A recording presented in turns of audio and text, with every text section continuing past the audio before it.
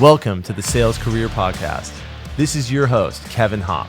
Whether you're an executive, sales leader, or just getting your career in sales started, I'm here to help you read between the lines and hear the real stories that you can't get from a resume or from a LinkedIn profile, all designed to help you shape your own sales career. Let's dive right into today's episode and see what we can learn. All right, welcome back to another edition of the Sales Career Podcast. I'm your host, Kevin Hopp. Today, I have with us a guy that I've known for probably 2 or 3 years now on LinkedIn. It turns out we live practically down the street from each other, a little further than down the street, but we're both here in San Diego.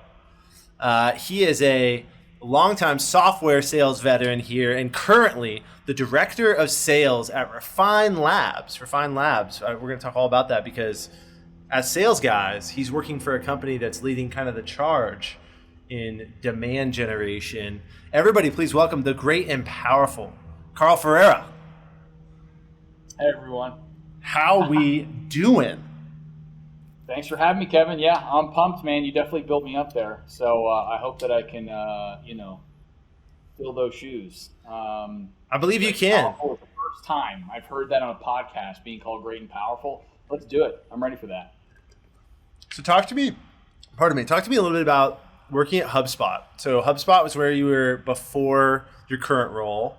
HubSpot, big company, right? Real big company. One of like the OG startups that has just grown and grown and grown to the point that HubSpot's now a household name. What was it like working for an organization that big doing SaaS sales? Yeah, I think it was an awesome environment for me to learn a lot of things. One, like how does a really well-grown, just a great product, like how do you get to that? There's a lot of scaffolding required in like a large sales org. So it was a really great opportunity that set me up to be in now something that's like there's really no scaffolding, and like I'm the one that's kind of charged with building some kind of a process and a playbook and enablement. I mean, HubSpot was really an opportunity to see that at a world-class level. Like, how do you have 1,000 salespeople? Like, how do you enable that? How do you break it down? How do comp plans work? How do territories work? Playbooks. So it was, a master's class, and it was a master's degree in just awesome processes and just a great organization to be able to see like the inner workings. You can't put a price on that, man. It was awesome. I believe it. And that's where I have talked to kids that I know that are graduating from schools in the Bay Area, particularly a family friend of mine and his 2 buddies. I saw them at a wedding thing like a few months ago, and they were like, "Yeah, man, like we're thinking about going into software sales, but I don't know." And I'm like, "Dude, go work at Salesforce.com. Like, if you can get in at one of these bigger, mature companies, open eyes, open ears, learn everything, shake everybody's hand." Yep. And you don't even have to, stay there for a long time if you don't want to. But hey, man, corporate perks don't suck, right? Like, I remember working at Vonage Communications, and we had 1,000 employees. Like you say, you guys had 1,000 salespeople. Vonage had 1,000 employees, period. And I thought that was massive. Like, that's bigger than I could ever wrap my brain around of how many people we had, right? Yeah. And when I flew out, they flew me out and put me up in a nice hotel for a week for training the whole time. And I'm like, dude, this is just stuff that startups can't do. Like, they just don't have the bandwidth. And the benefits didn't suck. The office was pretty cool, and all the food you can want to eat for free and all stuff like that. So talk to me a little bit about like, what did you learn watching a 1,000-person sales org churn? Like, what was like the 2 biggest takeaways there around like seeing that big engine working? Yeah, I think the first takeaway is that like it is not just thrown together, like it takes an enormous amount of work. There's a lot of really highly intelligent people like solving little problems that can it's like when you have a giant machine, like with a lot of little gears turning, it's like one thing can really has effect on kind of like the rest of it. Like I remember rolling out like new sales tools, right? During my time there, we like onboarded Seismic, right? Okay. And like even that, like just watching the sales enablement team that's like larger than most startup sales teams. Yeah. Like roll something like that out with the content and just the machine that goes into that. It's just fascinating to see all that, and it really makes you think. Like you don't just throw together an enablement program and it works. Like it takes a ton of effort, and it takes manpower, and it takes money, and it takes resources.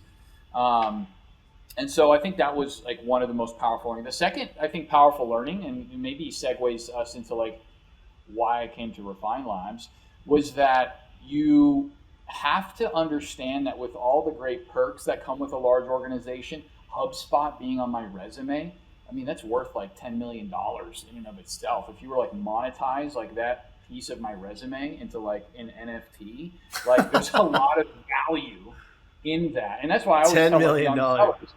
yeah, $10 million NFT, man, put it on OpenSea. But if like that, it's so valuable, you know, to have that logo. So that, anyways, I don't know where I was going with that as a tangent, but just like you should do exactly what Vonage, Salesforce, HubSpot, any of these household names. If you can get that logo on a resume, it opens a lot of doors for you. Even if you sucked, you'll get interviews somewhere. Even if you get fired in 6 months, you still get a whole bunch of interviews because you know your logo, right? It gets people's attention. Yeah. But the second thing I learned at HubSpot is just like, it's okay if it's not for you.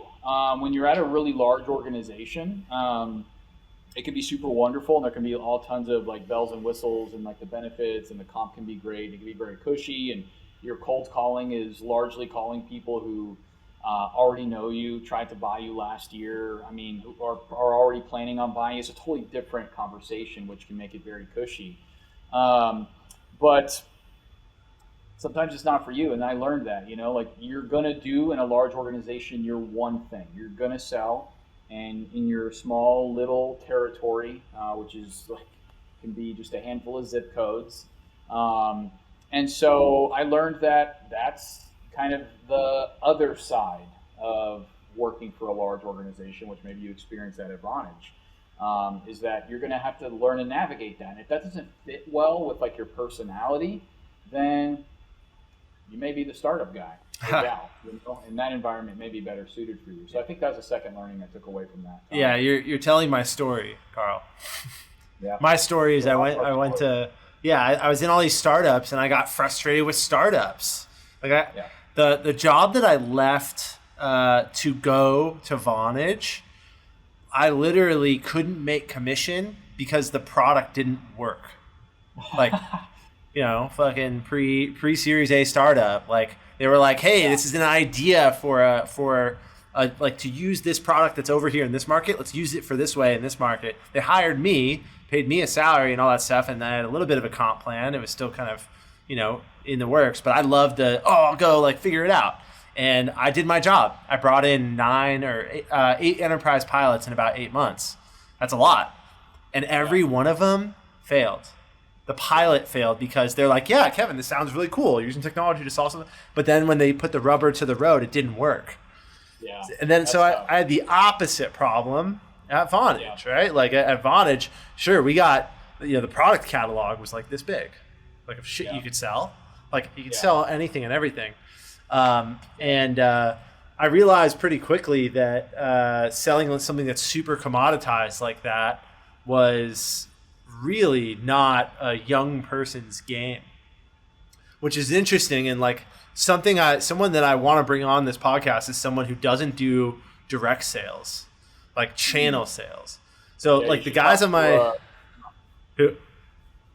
I was going to tell you should talk to Chris Moore at HubSpot. He's like was the number one sales rep at HubSpot. Amazing channel seller. So Chris Moore. I'm going to look up Chris for sure. But the indirect partner channel at Vonage is where all the business was getting done. Like that, and then they had like inside sales, which was like people cold calling to sell, you know, small 1 or 2 mom and pop shops. So it was really interesting to see that my efforts and my knowledge as a direct seller were just not what was going to get it done. It wasn't what was getting it done. The dudes on my team that were not making any cold calls, and they were golfing. I shit you not, twice a week. They'd golf twice a week, and they'd be at the bar at 1 p.m. on a Thursday with a partner. They would crush their quota. Yep. Because their partners were bringing them into deals. And I thought to myself, I'm like, I can either dedicate my career to getting really good at the channel and building this book and like, you know, getting to know people and being the new telecom guy in San Diego, or I could get more obsessed with the startup process, right? And the whole cold calling thing, which of course we all know what I did. I became a cold calling freak. Went that direction. Yeah, you definitely articulated like a darker side to startups. I mean, where the product doesn't work, you know, like I haven't been in that environment. But yeah, in a startup, I mean, you're going to do a lot of different things. You know, that's the environment that I'm in now, right? Like under 100 employees, first sales hire. The product definitely works, the product, right? But yeah, it's more of like, oh, nothing exists. Like there is no way to sell. Like, so you just have to, which is very different from HubSpot, where it's like, here's a playbook, here's a huge library of recorded calls that go years and years back. There's a whole bunch of enablement on all the products and stories to tell. And then you step into like a startup environment. And it's just like, how do you sell? What do I say on calls? What are the best questions to ask? That's right. What does that demo look like? You know, or whatever that is for your org. You know, like none of that exists, and I think that's fun. But on the flip side, there was a lot of sellers that came from the startup world into HubSpot, which was interesting because I could get their perspective. And a lot of them came over to HubSpot with exactly that same mindset that you did. Is like, you know what? I'm tired from that. I actually want just like cushy, just for a little bit. Like the product works. There's benefits, there's good security, everybody's heard of you, I can close a deal and know that, you know, the customer's going to get taken care of. And so it's just, that was that other side of the coin that I saw, you know, quite a lot. So. Right on. So I want to talk about Refine Labs, which is your new job here. I see, you know, from my perspective, let me tell you my perspective of your job, right? My perspective of your job is like, you're following, like you're like one of the early followers of like Jesus Christ. like Chris Walker, your CEO, is the guy out there who is like the contrarian of contrarians. Yeah. And I not to compare him to Jesus, right? Like let's not get anybody angry who's super religious, all right? Like sorry. But seriously, the guy, I love contrarians, and I love contrarians like him that are so adamant about something. I've been following him for years, where he was saying this stuff on LinkedIn videos and talking about it, about how marketers are thinking about it wrong. And they're using too many tools, and they're looking at the wrong metrics to measure success. And he keeps boiling it down and down and down. And his model of going to market is so radical because he gives away like 95%. I feel like he's giving away 95% of the sauce. Yeah. And he's just saying like, here's like all the problems and here's how I'm fixing them. But if you want to do it on your own, go ahead. Or call me. Yeah. And but he never says that. Yeah, but he never says that. He never says call me. You find your way. You find your way to him, which is incredible. And he talks about this on and on and on, that like sales development and marketing should be driving people to come to the website and say, I would like to talk to a salesperson. So being the first sales guy there, what's it like to have what a lot of salespeople would consider the cushiest sales job in the world? Yeah, well, I would argue with them first that it's the cushiest sales job in the world. But maybe that's a topic for another time. But yeah, I think there's probably this illusion. I got this at HubSpot too, you know, where they were like, man, come on, everybody's heard of HubSpot, everybody buys it, you know, like must be super easy. It's like there's still, you know, it's what I will say is it's a closing role, you know, like, and that's what it is here at Refine Labs. It's not, which is what I think sales should be. I don't want to ruffle any feathers. I think outbound is great. But I think sales is like, it's a closing role. Like you take demand, hand raisers, and then you do the hard work necessary to close very large deals with strategic customers at a 0% discount, right? So what does that look like? It looks like strong closing muscles. And I would say that that's really what the role is. That's what it is at HubSpot, and that's what it is here at Refine Labs. So at Refine Labs, there's an additional challenge of, and this is my goal for the sales team, as I build the sales team and build the playbook and the processes, is can the sales team meet or exceed the level of value and consultation that they get from Chris? So like we have really large shoes to fill. If you have no brand presence online, then the sales rep is automatically the trusted advisor. Like you're automatically the person that knows the most because I couldn't find any information about you. The salesperson is the educator. Well, what happens in a situation when your CEO is like the best educator in the market? Like people are like, I want to talk to Chris. And then they come inbound and then they get Carl. Well, or they get Eric, right? Or they get a seller, a traditional seller. So how do we raise that bar and make sure that sales is even a little bit higher from a consulting than Chris? And then our services team is even a step up. So I think it's like we're inverting the I'm making up words now, but we're like inverting the consultation like crescendo. I think a lot of times the seller is like the most valuable person from a consultation. Then they go to services and like, oh, I wish I had Carl again. Where's Carl? Let me talk to my sales rep. Services didn't meet their expectation. But in this case, it's like balanced the other way. So that's my challenge is how do I meet that and exceed what they get from Chris? And then set up the services team to be even one step higher than that. That's what it's like to be the first sales hire and first sales leader at Refine Labs, just figuring out that problem.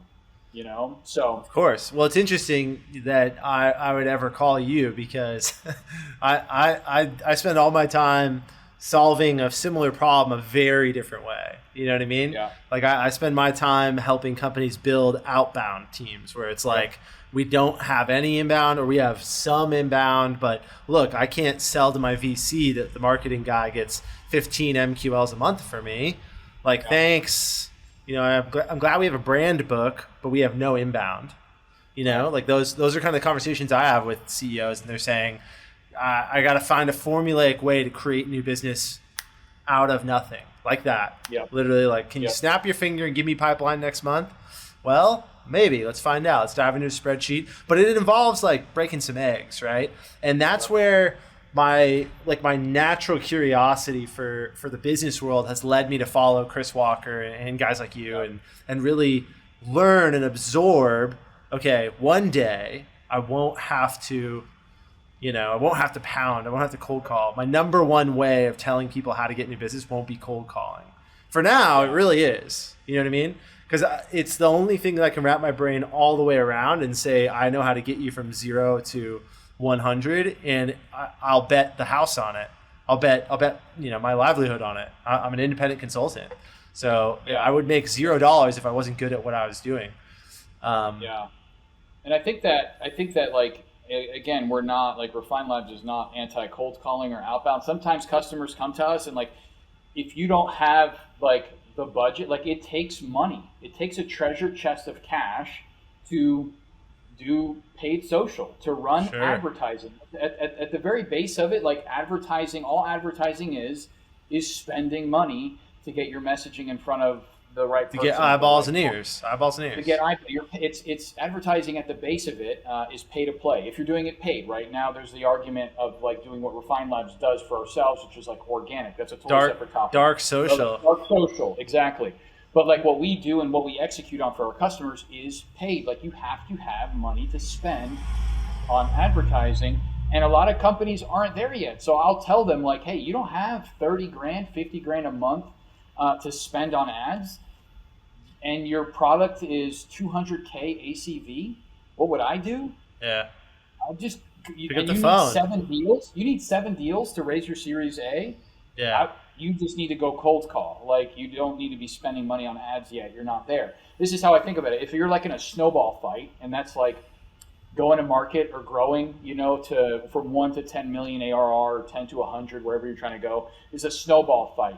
Outbound is like, or cold outbound via phone or email is kind of like just rolling up one snowball and throwing it. It's like, that's fine. You need that, especially in the beginning, to be viable in this snowball fight. But you also want to be like rolling that larger snowball that takes time to get traction, to get big, to get viable. But eventually, when you get to like 10, you could probably outbound your way. Most companies can outbound their way to like 10 million ARR, right?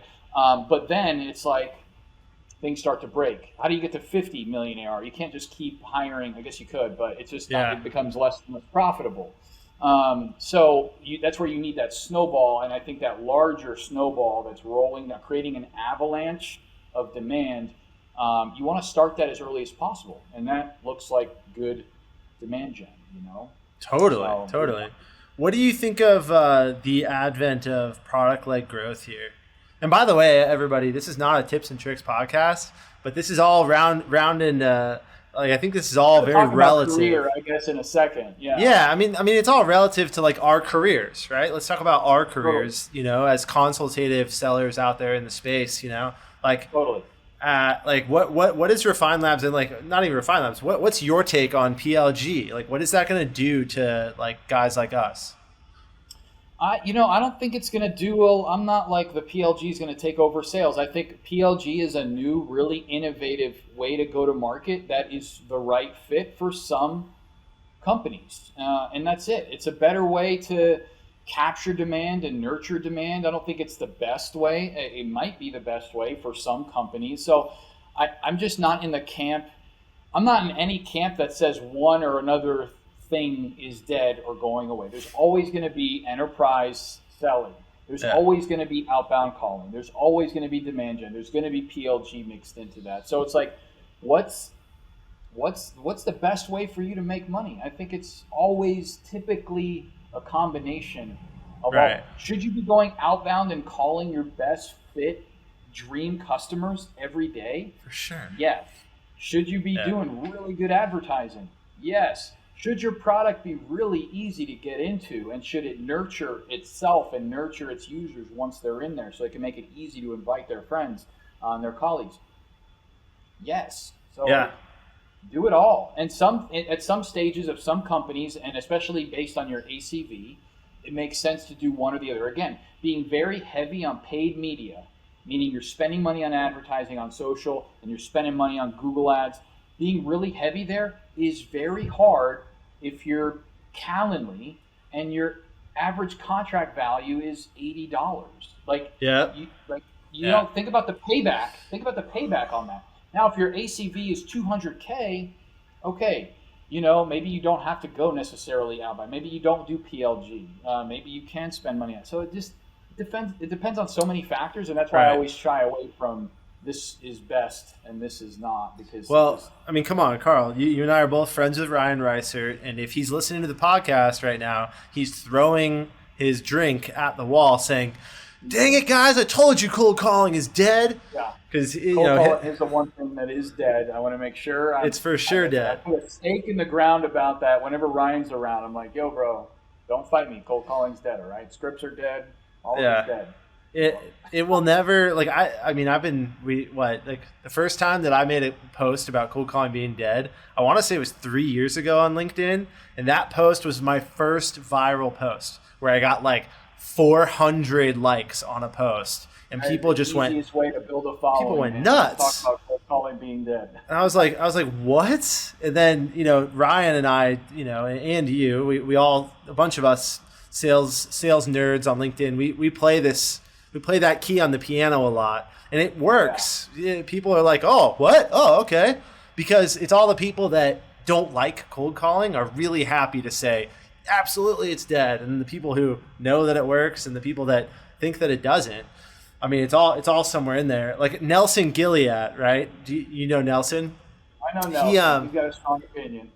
He's a really strong opinion about the death of sales development in general, which is something that blows my mind. And as like I mentioned earlier, though, I tend to like contrarians, right?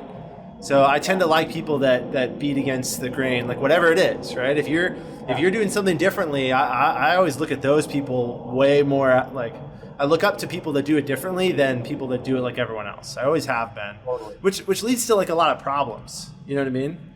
It can. I'm married into a family where my father-in-law's a surgeon. And he's like, Kevin, what do you do for a living? What corporation are you a part of? I'm like, no corporation? What, cold calling? Are you serious? And it's hard for me to explain to some people that I'm going to do it differently. I'm going to have a different career. I'm going to have a different way about making money. And it doesn't have to be the way that everyone else does it, working this W-2 job for a corporation. And, you know, I talked about this many times in this podcast. My dad and my uncle are both going to retire at the job they took right out of college. That's a full 20, 30-year career at one company that had the name on the W-2 every time. I just don't see that happening, man. I don't think that's going to happen, like, particularly for salespeople, that almost never happens. But, man, like, how many of these companies are even going to be around in the current state that they're in 30 years? My parents are the same way, man. They're both retired. They're living the baby boomer like retirement dream. They live in Destin, Florida now. Nice. They play pickleball Classic. like every day. But they the same thing, man. My dad worked at the same place. My stepmom, my dad's wife, she was in sales. It was really like account management, but she worked for the U.S. Postal Service.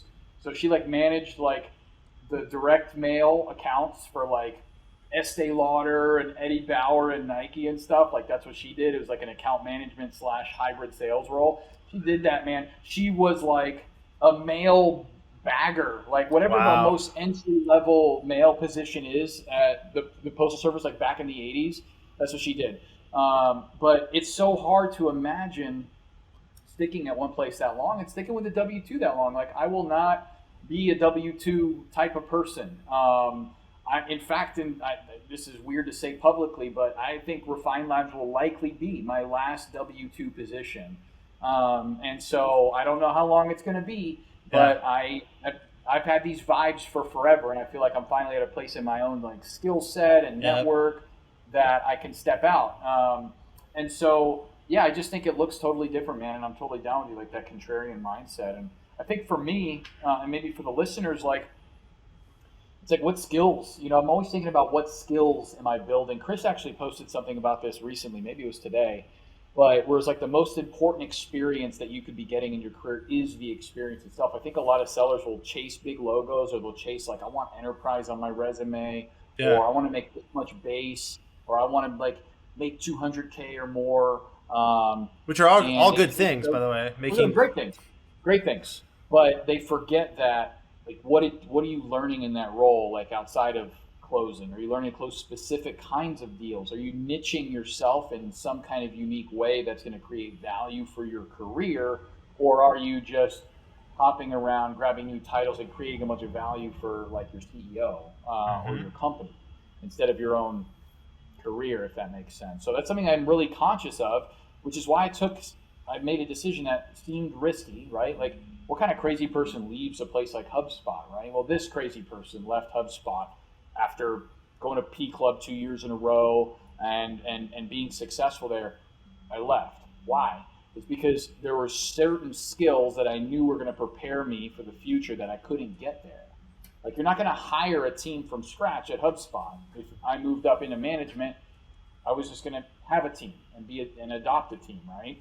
Yeah. And so I said, what does it look like to build a team, to build a playbook from scratch? I knew that I wanted those skills, and I knew it was going to take some risk to choose an opportunity that was going to put those arrows in my quiver. Does anybody use that analogy on this podcast, or is that a first? I don't know about arrows in your quiver, but I really like that. You know, I'm a bit more modern. I say bullets in your chamber, but whatever. You know, arrows, bullets. We'll see who wins in the Cowboys and Indians here, but we'll see. Like I love that you're willing to admit that, by the way, like saying that this is your last W-2, you know, and I'm sure if Chris heard that, like, he wouldn't even be upset about it, because he did the same thing. Like, his story, which I've heard, he did the same thing. He was a marketer for a bunch of companies and just finally said, you're all doing it wrong. I'm going to go do it the Chris Walker way. Right. Yeah, and me and Chris talked about this in my interview process. We talked about this because there were moments in my interview process with Chris. It started out in LinkedIn DMs, right? Yep. He and I were messaging each other. He brought up the role, and he was like, I need somebody, but it's like a weird person, because it's like a person that's okay, like not doing like cold calling, and it's a very unique kind of role. Yeah. Like, we want to build something totally different. Yeah. He's like, I need a weirdo. He's like, are you the weirdo? And I was like, I could be the weirdo. And so when we were talking about it, I honestly, at some points in the interview process, I started to get those feelings of like cold feet, of like leaving like something so cushy like HubSpot and stepping out in this way. This is a very young company. Nothing exists.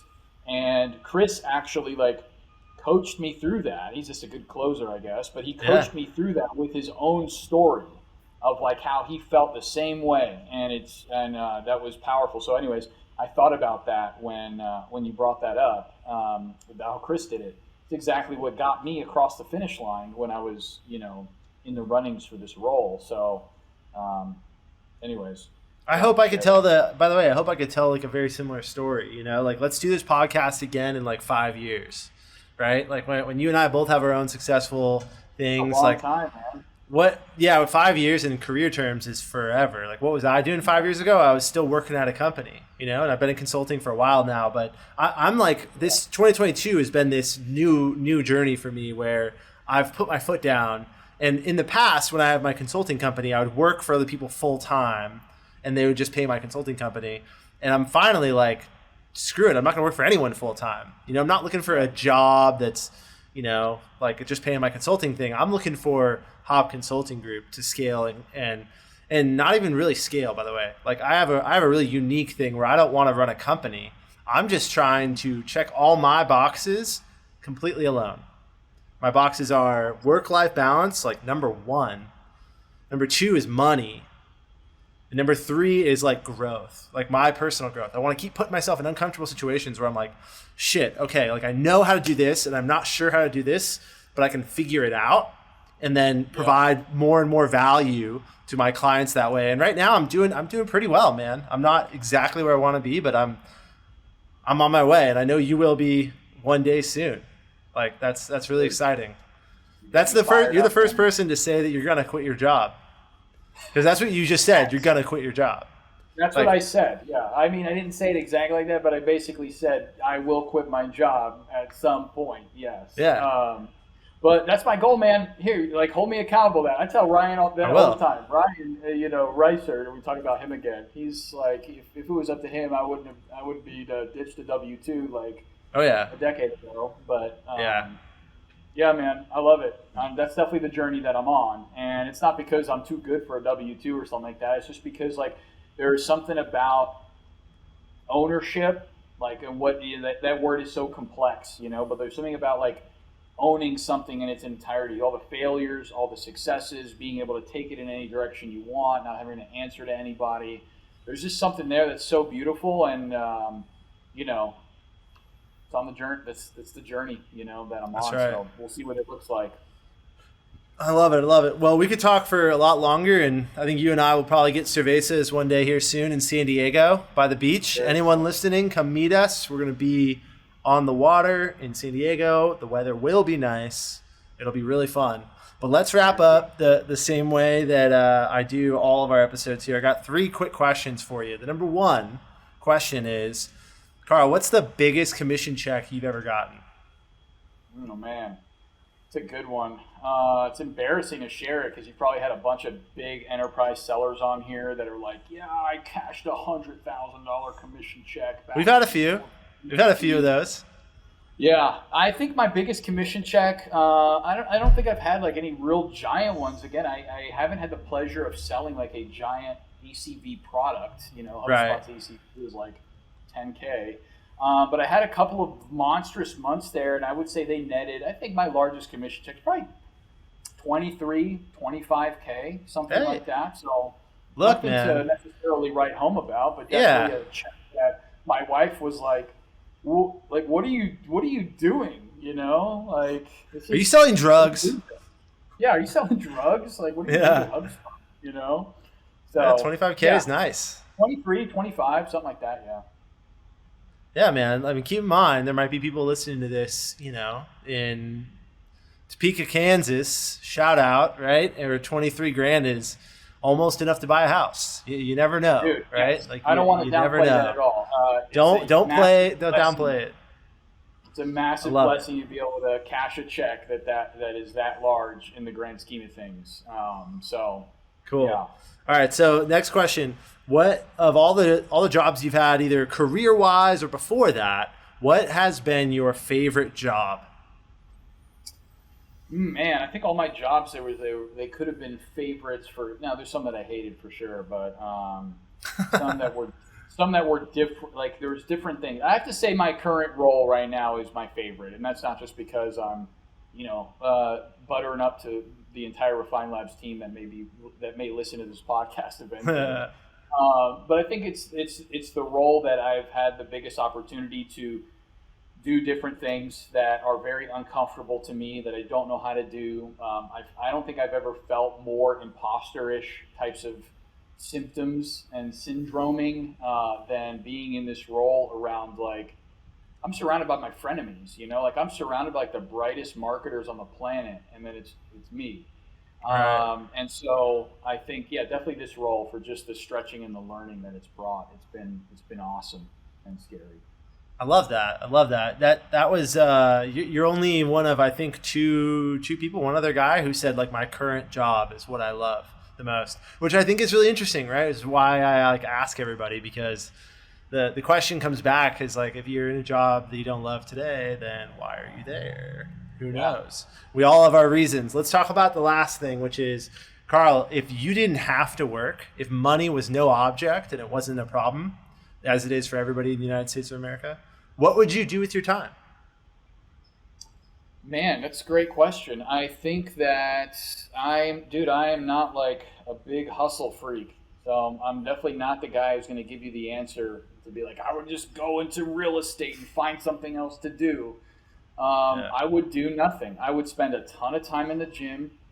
I would spend I would be doing yoga. I'd pick up surfing. I would be doing an enormous amount of traveling, and I would be doing all of that with my daughters and my wife. Man, I would be spending so much time with them. My daughter's homeschool right now because of some health issues they have, kind of prevents them from being in the school system right now at their age. So I would go all in on that, man. What can we teach you? How do we it's so cool, craft an educational system from scratch, and I'd be able to own that. So sometimes I see myself what would it look like to go into that and kind of rewrite what education is? Because I think I have an opinion that is the current education is broken. It's built for an era of humans that aren't digital natives, It's a lot of books and a lot of anyways. So I don't know, there's this little passion there that's I would spend a lot of time doing that. How do I educate these girls in the best cool in entrepreneurship, in finances, in creativity? That's what I would do, man. A lot of working out, surfing, paddleboarding, be in the sun, travel. So sounds like you're living in the right place. That's for sure. I'm started, man. I'm almost there. So yeah, you're San Diego. You can check off all those almost 350 days a year for sure, surfing and yoga and everything. Well, that's awesome, true. Carl. Thanks for taking a few minutes today, man. It means a lot to me. This last little bit is your opportunity to pitch whatever you want to pitch. How do people connect with you? Where should they go? What's up? Up to you. Yeah. Thanks, Kevin. It's been a pleasure being here. Yeah, you connect me on LinkedIn. I don't know what my slug is, but it's probably Carl-Ferreira or something. So connect with me. I'm super passionate about career stuff. So if anybody really is lost, whether you're not in sales and you want to break into sales, or you're in sales and you hate your job, or your product sucks and you want to figure out how to transition into something more meaningful. I see a lot of sellers make mistakes. Stupid mistakes when they choose companies to work for relative to their goals. So I don't charge for any of that or anything. So I always happy to chat with young, hungry sales hustlers and help them get where they're trying to go, whether it's with information, knowledge, experience, or maybe a network, So connect with me. My calendar is your calendar. So thanks, Kevin. Love it. Well, thanks, Carl. Really do appreciate it. And let's stay in touch, man. If this episode is interesting to you, please share your thoughts on LinkedIn or Twitter. Tag me, and I might just feature your post in an upcoming episode of the Sales Career Podcast. Or if you want to connect directly, go to hopconsultinggroup.com and we'll find a way to work together. Cheers.